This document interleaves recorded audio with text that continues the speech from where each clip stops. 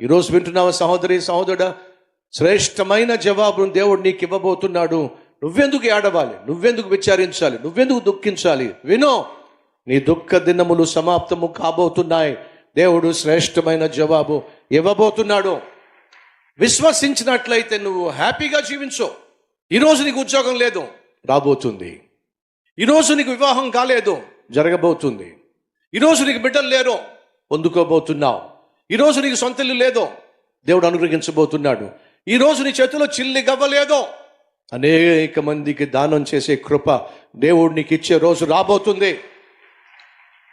ఆ విశ్వాసం నీకున్నట్లయితే, ఆ నమ్మకం నీకున్నట్లయితే, నువ్వు రాబోయే కాలంలో పొందుకోబోయేటటువంటి ఆశీర్వాదం మీద ఆశ పెట్టుకుంటావు. కానీ ఈరోజు నీ జీవితంలో ఉన్నటువంటి అడుగంటిపోయిన స్థితిని బట్టి నువ్వు అల్లాడిపోవడానికి వీల్లేదు. చేను బీడు భూమిగా ఉంటుంది, నీళ్ళు వదిలిపెడతారు, నేలను మెత్తని చేస్తారు, పొలాన్ని దున్నుతారు, ఆ తర్వాత నాట్లు వేస్తారు. నాట్లు వేస్తున్నప్పుడు సంతోషం.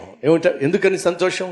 నీళ్లు పొలంలోకి వస్తున్నప్పుడు సంతోషం, నాట్లు వేస్తున్నప్పుడు సంతోషం, నాట్లు పెరుగుతున్నప్పుడు సంతోషం. ఏడుపు ముఖం మీరు చూడరండి. ఎందుకని? ఒకరోజు నా పంట పండుతుంది, ఒకరోజు ఈ పొలం నన్ను పోషిస్తుంది అనే నమ్మకంతోనే ఆ వ్యవసాయం చేసేటటువంటి వ్యవసాయదారుడు విశ్వాసంతోనే పంటలు వేస్తున్నాడు. తగిన కాలంలో నేను పంట కోస్తాను. అలాగే నా సహోదరి సహోదరుడా, కష్టపడుతున్నావు, శ్రమ పడుతున్నావు, ప్రయాసపడుతున్నావు, పరుగులు తీస్తున్నావు. ఈరోజు నువ్వు పడుతున్న ప్రయాసకు, పడుతున్న కష్టానికి తగిన ప్రతిఫలం ఇవాళ నీకు రాకపోవచ్చు. కానీ రేపటి దినం రాబోతుంది. నువ్వు పడిన ప్రయాసకు ప్రతిఫలాన్ని తీసుకొచ్చే దినము నీ జీవితంలో రాబోతుంది.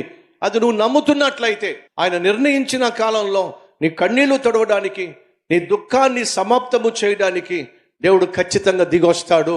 ఒక్క క్షణం కూడా ఆయన ఆలస్యం చేసే ప్రసక్తి లేనే లేదు. మాటిచ్చి తప్పుటకు ఆయన నరుడు కానే కాదు.